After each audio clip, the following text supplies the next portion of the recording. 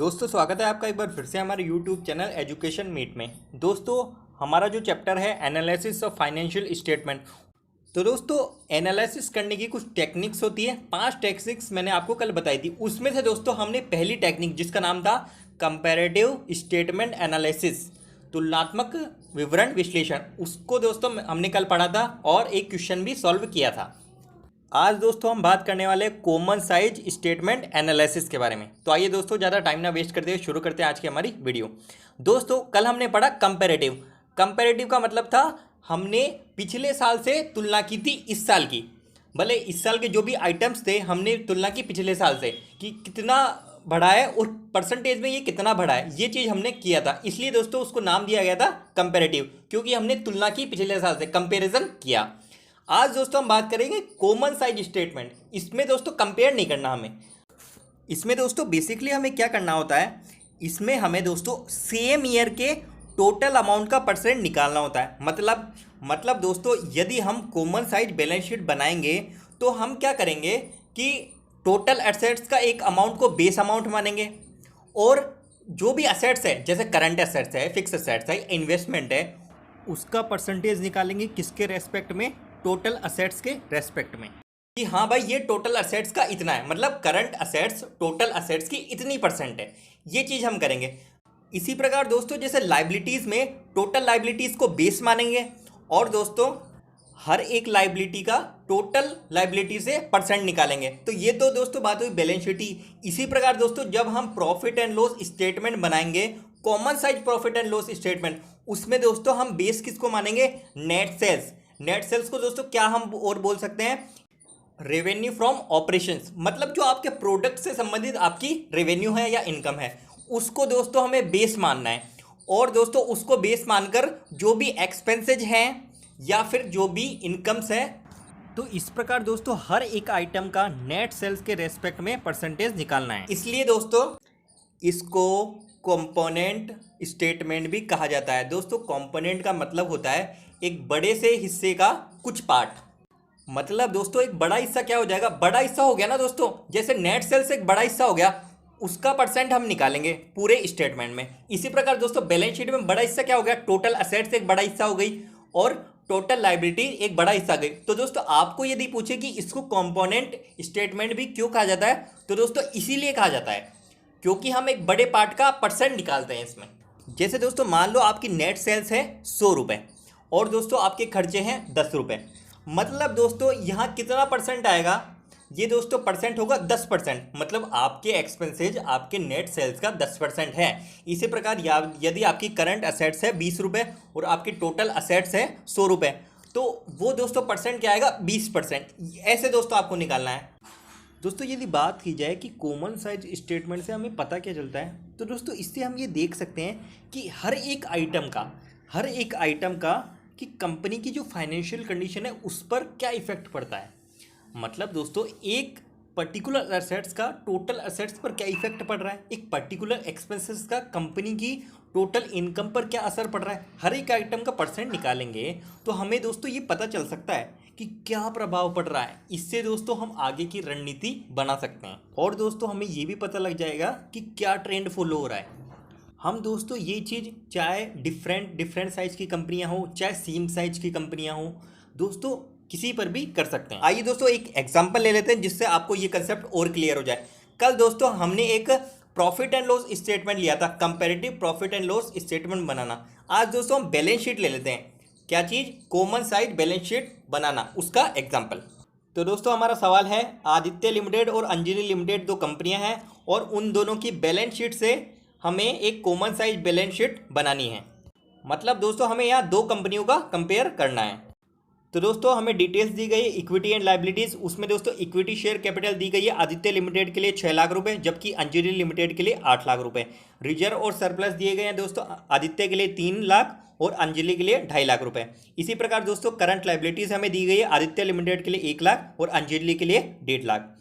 Total है दोस्तों, आदित्य का टोटल है लाइबिलिटी साइड का 10 लाख, जबकि अंजलि का है 12 लाख। इसी प्रकार दोस्तों हमें असेट्स दी गई है, fix assets 4 lakh Aditya limited के लिए और 7 लाख अंजलि लिमिटेड के लिए। करंट असेट्स हमें दोस्तों दी गई है 6 लाख आदित्य लिमिटेड के लिए और 5 लाख अंजलि लिमिटेड के लिए। तो दोस्तों आदित्य लिमिटेड का असेट्स का टोटल है 10 लाख रुपए और 12 लाख अंजलि लिमिटेड के लिए। तो दोस्तों जैसा कि मैं लगातार आपको बोलते आ रहा हूँ, आपको statement of profit and loss और दोस्तों बैलेंस शीट जो नए नियम यानी कंपनी अधिनियम 2013 के अनुसार बनते हैं, जो कि मैंने वीडियोज़ में बताए हैं, उनके फॉर्मेट दोस्तों याद होने जरूरी है। तो आइए दोस्तों अब इसका सॉल्यूशन देख लेते हैं। तो दोस्तों हम सबसे पहले लिखते हैं इक्विटी एंड लायबिलिटीज़, ये हमारी मेन हेडिंग होती है। और दोस्तों उसमें हमारी पहली सब हेडिंग होती है शेयर होल्डर्स फंड, मतलब जो शेयर होल्डर से संबंधित है। उसमें हम सबसे पहले लिखते हैं इक्विटी शेयर कैपिटल। तो दोस्तों हमें इक्विटी शेयर कैपिटल कितनी दी गई है? आदित्य लिमिटेड की दोस्तों हमें दी गई 6 लाख, तो 6 लाख लिखेंगे आदित्य लिमिटेड वाले कॉलम में, जबकि अंजलि लिमिटेड वाले कॉलम में हम लिखेंगे 8 लाख रुपए। अब दोस्तों जो तीसरा कॉलम होगा वो होगा परसेंट ऑफ टोटल का। तो आदित्य लिमिटेड की टोटल लायबिलिटीज़ दोस्तों कितनी है? 10 लाख और इक्विटी शेयर कैपिटल जिसमें है 6 लाख। तो दोस्तों ये कितना परसेंट हुआ? 10 लाख का कितना परसेंट है? 60%। परसेंट ऑफ टोटल में दोस्तों आदित्य लिमिटेड वाले कॉलम में हम लिखेंगे 60%, जबकि अंजलि लिमिटेड की टोटल लायबिलिटीज़ है 12 लाख और इक्विटी शेयर कैपिटल जिसमें है 8 लाख। तो ये कितना परसेंट हुआ दोस्तों? ये हुआ दोस्तों 66.666, मतलब 66.67%। तो इसी प्रकार दोस्तों इक्विटी शेयर कैपिटल के बाद हम लिखते हैं रिजर्व एंड सरप्लस। तो रिजर्व एंड सरप्लस हमें दिए गए हैं 3 लाख आदित्य लिमिटेड और अंजलि लिमिटेड 2.5 लाख रुपए। तो दोनों के कॉलम में ये अमाउंट लिख देंगे। और ये कितना परसेंट है, मतलब 10 लाख का कितना है? आदित्य लिमिटेड की टोटल लायबिलिटी है 10 लाख, 10 लाख का कितना परसेंट है? ये 30%। इसी प्रकार दोस्तों 2.5 लाख 12 लाख का कितना परसेंट है? 20.83%। इसके बाद दोस्तों वैसे हम लिखते हैं शेयर वारंट का पैसा और उसके बाद लिखते हैं दोस्तों हम application money received pending allotment. तो दोस्तों ऐसा कुछ है नहीं, हमें दोस्तों क्या दिया गया है? Current liabilities. तो करंट लायबिलिटीज़ हम लिखेंगे। तो करंट लायबिलिटीज़ दोस्तों हमें दी गई है 1 लाख रुपए, जबकि दोस्तों अंजलि लिमिटेड की हमें दी गई है 1.5 लाख रुपए। अब 1 लाख वही 10 लाख का कितना परसेंट है? ये है दोस्तों 10%, और जबकि 1.5 लाख 12 लाख मतलब अंजलि वाले टोटल का कितना परसेंट है? 12.5%, यानी 12.5%। तो दोस्तों इस प्रकार हमारा टोटल हो जाएगा आदित्य का दोस्तों 10 लाख और अंजलि का 12 लाख। इसी प्रकार परसेंट का टोटल भी हो गया 100%। अब दोस्तों बात की जाए यदि असेट साइड की, तो असेट साइड में दोस्तों 2 मेन कॉलम होते हैं, नॉन करंट असेट्स और करंट असेट्स। नॉन करंट में दोस्तों हम लिखते हैं फिक्स्ड असेट्स, और दोस्तों फिक्स्ड में हम लिखते हैं टेंजिबल इंटेंजिबल जैसे आइटम्स। लेकिन दोस्तों यहाँ पर ऐसा कुछ है नहीं, यहाँ पर हमें डायरेक्ट दी गई है फिक्स असेट्स। तो फिक्स असेट्स हम लिखेंगे दोस्तों 4 लाख रुपए, कौन से? आदित्य के कॉलम में, और 7 लाख रुपए अंजलि के कॉलम में। और दोस्तों टोटल ऑफ परसेंट, टोटल कितना है? ये टोटल दोस्तों है 10 लाख। तो 10 लाख का कितना परसेंट हो गया? ये 40% आदित्य के लिए, और 7 लाख है 12 लाख का, तो ये दोस्तों होएगा 58.33%। इसी प्रकार दोस्तों आगे हमें दिया गया करंट असेट्स। तो करंट असेट्स दोस्तों है 6 लाख दी गई है हमें आदित्य की, और अंजलि की दोस्तों हमें दी गई है 5 लाख रुपए। अब यदि परसेंट निकाला जाए टोटल का परसेंट, मतलब टोटल असेट्स का परसेंट, तो आदित्य की ये 10 लाख, 10 लाख का 6 लाख कितना होगा? 60%, और 5 लाख 12 लाख का दोस्तों कितना होगा? 41.67%। इस तरह दोस्तों परसेंट भी टोटल मिलाकर 100 हो जाएगी, और दोस्तों टोटल हो जाएगा असेट्स का 10 लाख आदित्य के लिए और 12 लाख अंजलि के लिए। तो दोस्तों ये एक कॉमन साइज बैलेंस शीट का एग्जाम्पल है। इसमें दोस्तों हमें क्या करना है? लायबिलिटी का टोटल लेना है, असेट का टोटल लेना है, और दोस्तों उसके रेस्पेक्ट में हर एक आइटम का हमें परसेंट निकालना है।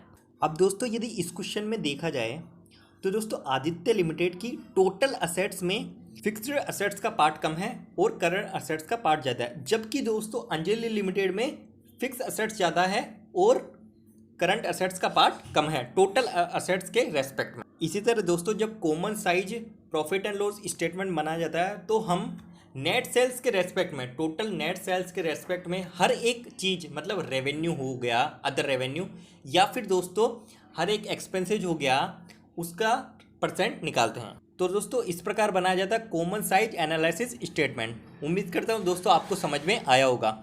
तो आज के वीडियो में बस दोस्तों इतना ही। वीडियो यदि पसंद आए तो वीडियो को लाइक करें, चैनल को सब्सक्राइब करें और शेयर भी करें। धन्यवाद।